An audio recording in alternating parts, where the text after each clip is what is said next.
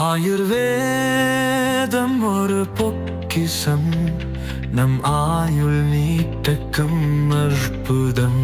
Doctor Srivarma's. தமிழக அரசியல் களத்துல இன்றைக்கு ஒரு மிகப்பெரிய அதிரடி திருப்பம் நடந்திருக்குன்னே சொல்லலாம். காரணம் என்னப்பா அப்படின்னா 2023ஆம் ஆண்டு அன்றைக்கு பாஜகவினுடைய மாநில தலைவராக இருந்த திரு அண்ணாமலை அவர்கள் திமுகவுல யாரெல்லாம் அதிகாரத்துல இருந்தாங்களோ அவங்க எல்லாம் அளவுக்கு அதிகமாக, குறிப்பா சொல்ல போனோம்னா வருமானத்திற்கு அதிகமாக சொத்து சேர்த்த விவரங்களை வந்து டிஎம்கே ஃபைல்ஸ் பார்ட் 1 பார்ட் 2 அப்படின்னு சொல்லிட்டு வெளியிட்டு இருந்தாரு. இந்த டிஎம்கே ஃபைல்ஸ் பார்ட் 1 வெளியிடும் பொழுதே வந்து திமுகவை சார்ந்த, குறிப்பா திமுகவுடைய பொருளாளராக இருந்த திரு டி.ஆர். பாலு அவர்கள் என் மீது களங்கம் விளைவிக்கப்பட்டிருக்கு, இதை காரணமாக கருதி அண்ணாமலை அவர்கள் மீது 100 கோடி நஷ்டஈடு கேட்டு நான் மான நஷ்டஈடு வழக்கு தொடர போறேன் அப்படின்னு சொல்லிட்டு அண்ணாமலை அவர்களுக்கு நோட்டீஸுமே அனுப்பியிருந்தாரு. இந்த வழக்கு அப்படிங்கிறது சைதாப்பேட்டை கோர்ட்ல ஹியரிங் வருது. ஆனால் அன்றைக்கு நடந்த சீனே வேற. அண்ணாமலை அவர்கள் எந்த ஒரு அட்வொகேட்டுமே இல்லாம நேரடியாக திரு டி.ஆர். பாலு அவர்களை வந்து குறுக்கு விசாரணை பண்ணியிருந்தாரு. இந்த குறுக்கு விசாரணையில நிறைய கேள்விகள் முன் வச்சிருந்தாரு திரு அண்ணாமலை அவர்கள். அந்த குறுக்கு விசாரணை நடந்த அந்த ஒட்டுமொத்த கேள்விகளையும் சரி, ஒட்டுமொத்த சினாரியோவையும் அண்ணாமலை அவர்கள் பத்திரிகையாளர் சந்திப்புல குறிப்பிடல. காரணம் என்னன்னா, சப்ஜுடிஸ் காரணம் கருதி அண்ணாமலை அவர்கள் அந்த பத்திரிகையாளர் சந்திப்புல குறிப்பிடாம இருந்தாரு. ஆனால் ஒரு சில விஷயங்களை இந்த பத்திரிகையாளர் சந்திப்புல குறிப்பிட்டிருந்தார் அண்ணாமலை அவர்கள். எப்படி இந்த அளவுக்கு இவ்வளவு நிறுவனங்கள் உங்க பேர்ல இருக்கு, உங்க பேர்ல இருக்கக்கூடிய அந்த கப்பல் சேது சமுத்திர திட்டத்துல இருந்து இப்படி நிறைய கேள்விகளை முன் வச்சிருந்தாரு திரு அண்ணாமலை அவர்கள். இதெல்லாம் தாண்டி அவர், அதாவது பிப்ரவரி 26 அன்றைக்கு அவர் சைதாப்பேட்டை கோர்ட்டுக்கு வந்து அந்த கார் கூட அவர் பேர்ல கிடையாது, சோ அப்ப இது யாரோட காரு, இந்த மாதிரியான நிறைய கேள்விகளை முன் வச்சிருந்தாரு திரு அண்ணாமலை அவர்கள். இதற்கெல்லாமே வந்து தெளிவான விளக்கங்கள் எதுவுமே கொடுக்கல, தெளிவான பதில் எதுவுமே சொல்லல. இதையெல்லாம் தாண்டி குறுக்கு விசாரணை மேற்கொண்ட திரு அண்ணாமலை அவர்கள் மீதே பெரிய அளவுல குற்றச்சாட்டுகளை திரு டி.ஆர். பாலு அவர்கள் முன் வச்சிருக்காரு. இதை உடனே அங்கேயே அண்ணாமலை அவர்கள் குறுக்கிட்டு அவர் மேலே வந்து கவுண்டர் டிஃபமேஷன் கேஸ் வந்து ஃபைல் பண்ணியிருக்காரு திரு அண்ணாமலை அவர்கள். இதெல்லாம் தாண்டி இன்றைக்கு ஜூன் 30, 2026 அன்றைக்கு இந்த கேஸ் அப்படிங்கிறது வித்ட்ரா பண்றாங்க.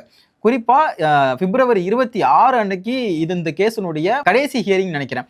அன்றைக்கு பத்திரிகையாளர் சந்திப்புல, அதாவது பிப்ரவரி 26 அன்றைக்கே பத்திரிகையாளர் சந்திப்புல அண்ணாமலை அவர்கள் இதையுமே குறிப்பிட்டிருப்பார். March 10 RS. பாரதி அவர்களுடைய ஹியரிங், ஏப்ரல்ல திரும்ப டி.ஆர். பாலு அவர்களுடைய ஹியரிங் அப்படிங்கிற மாதிரி சொல்லியிருப்பாரு. காரணம் என்னவா சொல்லியிருக்காங்க அப்படின்னா, மார்ச்ல அவருக்கு பாராளுமன்ற கூட்டத்தொடர் இருந்ததாக டி.ஆர். பாலு அவர்கள் காரணம் கூறியிருக்காரு அந்த சைதாப்பேட்டை கோர்ட்ல. அதனால ஏப்ரலுக்கு அவருடைய ஹியரிங்கை மாத்தி வச்சிருந்தாங்க. ஆனால் ஏப்ரல்ல இந்த சட்டமன்ற தேர்தல் இந்த மாதிரியான நிறைய விஷயங்கள் போயிட்டு இருக்கும் பொழுது அவர் இதுல பெரிய அளவுல தலையிடல. சோ இதெல்லாம் ஒரு புறம் நடந்து போயிட்டு இருக்கும் பொழுதே மே மாதம் வந்து சட்டமன்ற தேர்தல் முடிவுகள் எல்லாம் வெளியாகி இப்போ ஒரு மாதத்தை கடந்த நிலையில இன்றைக்கு ஜூன் 30 இந்த வித்ட்ரா பண்ணியிருக்காங்க. பொதுவா இந்த மாதிரியான பெரிய பெரிய ஆட்கள் டிஃபமேஷன் கேஸை போட்டு திரும்ப வந்து வழக்கை வாபஸ் வாங்குறது அப்படிங்கிற செயல் வந்து தொடர்ச்சியாக நடந்துகிட்டு இருக்கு. ஆனால் இந்த வழக்கை வாபஸ் வாங்கினதுல திரு டி.ஆர். பாலு அவர்களுக்கு மிகப்பெரிய ஒரு பின்னடைவு ஏற்பட்டிருக்கு. அண்ணாமலை அவர்களுக்கு இதுல ஒரு மிகப்பெரிய ஒரு பொலிட்டிக்கல் அட்வான்டேஜ்மே கூட இருக்கு. இன்றைக்கு அண்ணாமலை அவர்கள் வெளியிட்ட ஃபைல் அப்படிங்கிறது உண்மை ஆயிடுச்சுல அப்படின்னு மக்கள் மத்தியில ஒரு பெர்செப்ஷன் இருக்கு. அப்போ இவ்வளவு ஆண்டுகளாக திமுக மேல சுமத்தப்பட்ட இந்த ஊழல்கள் எல்லாமே உண்மை அப்படிங்கிற மாதிரி மக்கள் மத்தியில ஒரு பார்வை பெறக்கூடும். இதுவே அண்ணாமலை அவர்களுக்கான அந்த ஒரு பொலிட்டிக்கல் மைலேஜ் தான். இதையெல்லாம் தாண்டி டி.ஆர். பாலு அவர்கள் தரப்புல இருந்து சொல்லக்கூடிய விஷயங்கள் என்னவா இருக்கும் அப்படின்னா, நாங்கெல்லாம் வந்து மக்கள் பணி செய்யறதுக்காக வந்திருக்கோம், சோ இதையெல்லாம் கவனத்துல வச்சுட்டு இங்க வந்து நாங்க டயத்தை வீணாக்க விரும்பல, அதனால நாங்க இந்த கேஸை வந்து வாபஸ் வாங்கிக்கிறேன் அப்படிங்கிற மாதிரியான ஒரு வாதத்தை வைப்பாங்க. இவங்க எல்லாம் மக்கள் பணி செய்யறதுக்கு தான் வந்தாங்க அப்படின்னா இந்த மாதிரியான வழக்குகளே முதல்ல வந்திருக்காது. இவங்க சொல்லக்கூடிய காரணம் என்னவா இருக்கும் அப்படின்னு பார்த்தோம்னா, மக்கள் பணி செய்யறது தான் எங்களுடைய முதன்மையான பணி, சோ அதனால நாங்க இந்த வழக்குகள்லாம் வந்து பெருசா கவனம் செலுத்த விரும்பல அப்படின்னு சொல்லிட்டு நழுவிட்டு போயிருவாங்க. அண்ணாமலை அவர்களை பற்றி டைம்ஸ் ஆஃப் இந்தியாவில் ஒரு பெரிய ஆர்டிக்கல் வந்திருக்கு. அந்த ஆர்டிக்கல்ல அண்ணாமலை அவர்களுடைய விஷன் என்னவாக இருக்க போகுது, அரசியல் பயணம் என்னவாக இருக்க போகுது, அண்ணாமலை அவர்களுடைய ஒவ்வொரு தனிப்பட்ட அரசியல் கட்சிகளின் மீதான அரசியல் பார்வை அப்படிங்கிறது எப்படி இருக்கு, அதிமுக, திமுக, வீத லீடர்ஸ்னுடைய கட்டமைப்பு என்னவாக இருக்க போகுது, அதனுடைய அந்த பயணம் அப்படிங்கிறது என்னவாக இருக்க போகுது அப்படிங்கிறது குறித்தும், தேசிய கட்சிகள் மீதான அண்ணாமலை அவர்களுடைய பார்வை என்னவாக இருக்குது அப்படிங்கிறது குறித்து அந்த ஆர்டிக்கல் இருக்கு. ஒட்டுமொத்தமாக தமிழக அரசியல் குறித்தும் தமிழக மக்கள் மீதும் அண்ணாமலை அவர்கள் மீதான அந்த பார்வை அப்படிங்கிறது எப்படி இருக்குது, இப்படியாகத்தான் இந்த ஆர்டிக்கல் அப்படிங்கிறது முடியுது. அண்ணாமலை அவர்கள் ஒரு 6 வருடங்களாக தமிழக பாஜகவில் பயணிச்சு தமிழக பாஜகவினுடைய தலைவராகவுமே ஒரு 3 ஆண்டுகள் பயணித்திருந்தார். குறிப்பாக அதுல அவருடைய அந்த அரசியல் மைல்கல் அப்படிங்கிறது 2024 உச்சம் பெற்றிருந்ததுன்னு சொல்லலாம். தமிழக அரசியலும் சரி, தேசிய அரசியலும் சரி, 2024 பாராளுமன்ற தேர்தல் அப்படிங்கிறது அண்ணாமலை அவர்களுக்கு ஒரு மிகப்பெரிய தனித்துவமான ஒரு அரசியல் அடையாளத்தை கொடுத்ததுன்னே சொல்லலாம். அவருடைய அந்த அரசியல் கரியர்ல உச்சத்தை தொட்டதுன்னு கூட சொல்லலாம் அந்த 2024 பாராளுமன்ற தேர்தல். குறிப்பாக அந்த 2024 பாராளுமன்ற தேர்தலில் திமுக அதிமுக இல்லாத ஒரு கூட்டணியை கட்டமைச்சதுல அண்ணாமலை அவர்களுக்கு மிகப்பெரிய அளவுல ஒரு பெரிய பங்கு இருந்ததை நம்மளால பார்க்க முடிஞ்சுச்சு. ஸோ அப்பவே அண்ணாமலை அவர்களுக்கான ஒரு ஸ்பேஸ் இங்கே தமிழக அரசியல் களத்தில் உருவாகி இருந்ததை நம்மளால வெளிப்படையாகவே பார்க்க முடிந்தது.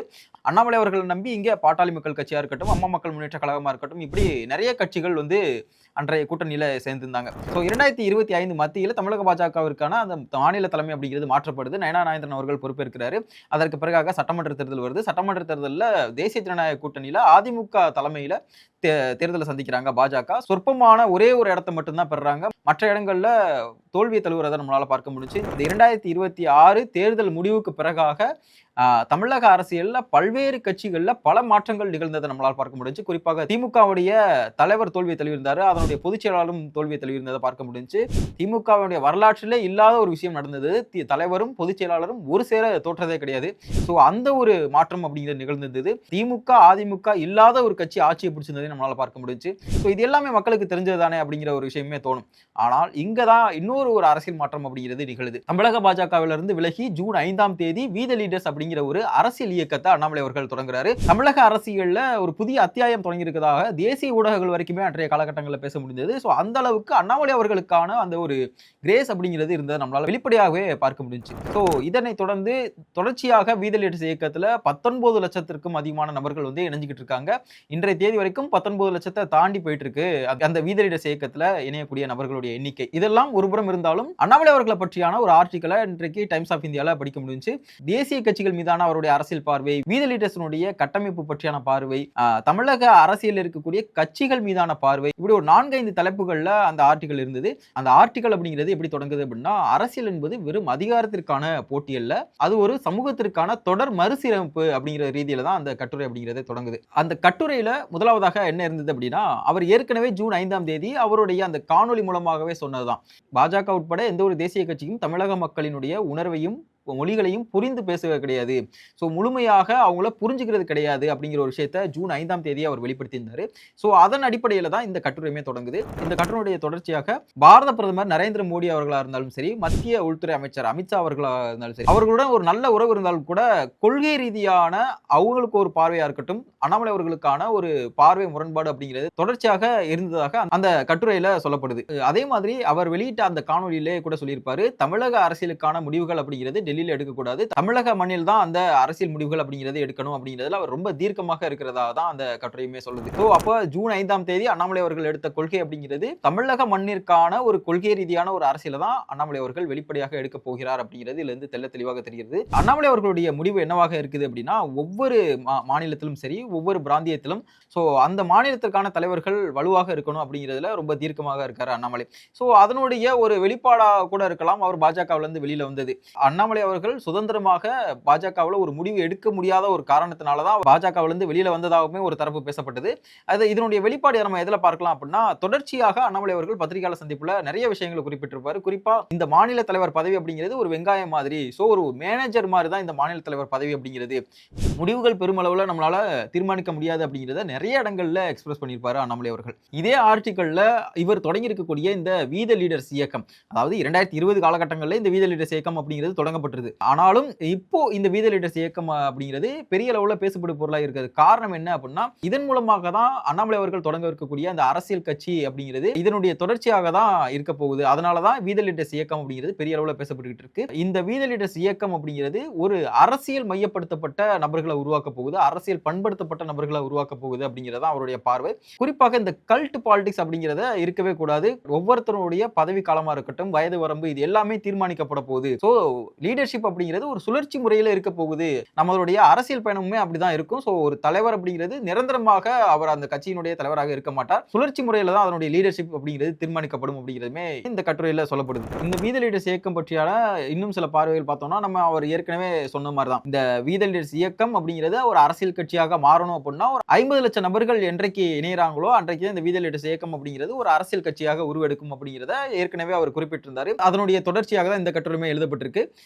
வி தி லீடர்ஸ் இயக்கம் ஒரு அரசியல் கட்சியாக மாறுவதற்கு இன்னும் சில காலங்கள் ஆகலாம். அதுவரைக்கும் Abdul Kalam ethics and politics சென்டர்ல நிறைய நபர்களை அரசியல் பண்படுத்தப்பட வேண்டிய வேலைகள்ல ஈடுபட போவதாகவே இந்த கட்டுரை அப்படிங்கிறது சொல்லுது. இந்த கட்டுரையினுடைய தொடர்ச்சியாக திமுக பற்றியான பார்வை, அதிமுக பற்றியான பார்வை, தாவேகா பற்றியான பார்வை, இவர்கள் பற்றியான பார்வையுமே அந்த கட்டுரையில சொல்லப்பட்டிருக்கு. குறிப்பாக திமுக பற்றி சொல்லும் பொழுது, திமுக ஒரு ஊழல் நிறைந்த ஒரு அரசாங்கத்தை நடத்திட்டு இருந்தாங்க. பெரும்பான்மையான மக்களுக்கு இது பெரிய அளவுல ஒரு வெறுப்புணர்வை உண்டாக்கி இருந்தது. அதனுடைய நீட்சி தான் இன்றைக்கு தாவேகா ஆட்சியில் அமர்ந்திருக்காங்க. இங்க இருக்கக்கூடிய பெருவாரியான இளைஞர்களுக்கு, குறிப்பா சொல்ல போனோம்னா ஜென்சின்னு சொல்லக்கூடிய இளைஞர்களுக்கு இங்க இருக்கக்கூடிய இந்த 2 திராவிட கட்சிகள் மீதான வெறுப்புணர்வு அப்படிங்கிறது ரொம்பவே அதிகமா இருந்தது. அதனுடைய நீட்சியாக தான் நம்ம இன்றைக்கு தாவேகா ஆட்சியில் அமர்ந்திருக்கதை பார்க்க முடியுது அப்படிங்கிறதுமே குறிப்பிட்டிருக்காங்க. இன்றைய காலகட்டங்கள்ல மக்களுக்கு தொடர்ச்சியாக இங்க இருக்கக்கூடிய அரசியல் கட்சிகள் மீதான ஒரு வெறுப்புணர்வு அப்படிங்கிறது ஏற்பட்டிருக்கிறத ரொம்ப வெளிப்படையாகவே சொல்லியிருக்கு இந்த கட்டுரை. தாவேகாவிற்கு குறைந்தது 1 வருட காலமாவது நம்ம அவகாசம் கொடுக்கணும். ஏன் பார்த்தோம் அப்படின்னா, இவங்க ஆட்சிக்கு புதுசு. இந்த 2 திராவிட கட்சிகளையும் வீழ்த்தி ஒரு கட்சி ஆட்சியில் அமர்வது அப்படிங்கிறதே ஒரு பெரிய விஷயம். சோ இந்த கட்சிக்கு குறைந்தது 1 வருட காலமாவது நம்ம அவகாசம் கொடுக்கணும் அப்படிங்கிற மாதிரியான ரீதியில தான் இருக்கு இந்த கட்டுரை. ஓபிஎஸ் அவர்களை பற்றியுமே ஒரு பார்வை இதுல வைக்கப்படுது. அதிமுக பற்றி பேசும்பொழுது, இன்றைக்கு தமிழக அரசியல் களம் அப்படிங்கிறது முற்றிலுமாக மாறி இருக்கு. ஆனா அதிமுக தன்னை அதற்கு ஏற்ற மாதிரி ஒரு தகவமைத்துக் கொள்ளல. சோ அதன் காரணமாக தான் இன்றைக்கு அதிமுக அதனுடைய வீழ்ச்சியுமே சந்திச்சுக்கிட்டு இருக்காங்க அப்படிங்கிறத இந்த கட்டுரை சொல்லுது. அதிமுகவுக்கு இனிமேல் வரக்கூடிய அந்த காலகட்டங்கள் அப்படிங்கிறது ரொம்ப சவாலானதாக இருக்கும். சோ ஏன்னா தன்னை இப்ப இருக்கக்கூடிய அரசியல் மாற்றத்திற்கு ஏற்ப தகவமைத்துக் கொள்ளாத ஒரு கட்சியால இனிமேல் இதுல சர்வே பண்ண முடியுமா அப்படிங்கிற மாதிரியான ரீதியில தான் இந்த கட்டுரை அப்படிங்கிறது அமைஞ்சிருக்கு. இறுதியாக இந்த ஆர்டிகல் அப்படிங்கிறது எப்படியாக முடியுது அப்படின்னு பார்த்தோம் அப்படின்னா, அண்ணாமலை அவர்களுடைய இந்த அரசியல் பயணம் அப்படிங்கிறது, நான் முதலாவதாக ஒரு இந்தியன் ஆனால் பெருமை மிக்க தமிழன் அப்படிங்கிறத ஜூன் 5ஆம் தேதி அவருடைய காணொலியிலே சொல்லியிருப்பாரு. சோ அவர் இந்த நேஷனாலிட்டி அப்படிங்கிற விஷயத்துல எந்த ஒரு சமரசமும் செய்ய போவதில்லை. ஆனால் இங்க அவர் தமிழக மண் சார்ந்த ஒரு அரசியலை தான் முன்னெடுக்க போகிறார் அப்படிங்கிறதுல ரொம்ப தெளிவாக ரொம்ப தீர்க்கமாகவும் இருக்கிறாரு அப்படிங்கிறத ரொம்ப தெளிவாக இந்த கட்டுரை அப்படிங்கிறது காட்டியிருக்கு. இந்த மானன் எஸ்டேட் வழக்கை டிஆர் பாலு அவர்கள் வாபஸ் வாங்கினதை பற்றி மக்களாகிய நீங்கள் என்ன நினைக்கிறீங்க அப்படிங்கிறத கமெண்ட்ல சொல்லுங்க. நன்றி. உலக தமிழ் சொந்தங்களுக்கு வணக்கம். நான் ராஜவேல் நாகராஜன். பேசு தமிழா பேசு வலையொலியுடைய வளர்ச்சிக்கு நீங்களும் உறுதுணையாக இருக்கணும்னு நினைச்சீங்கன்னா, இந்த வீடியோடைய டிஸ்கிரிப்ஷனில் இருக்கக்கூடிய ரேசர் பே லிங்கை கிளிக் பண்ணுங்க. அந்த லிங்க்ல போயிட்டு உங்களுக்கு விருப்பமான தொகையை பேசு தமிழா பேசுவனுடைய வளர்ச்சிக்கு உங்களுடைய பங்களிப்பாக நீங்கள் கொடுக்கலாம். நன்றி, வணக்கம்.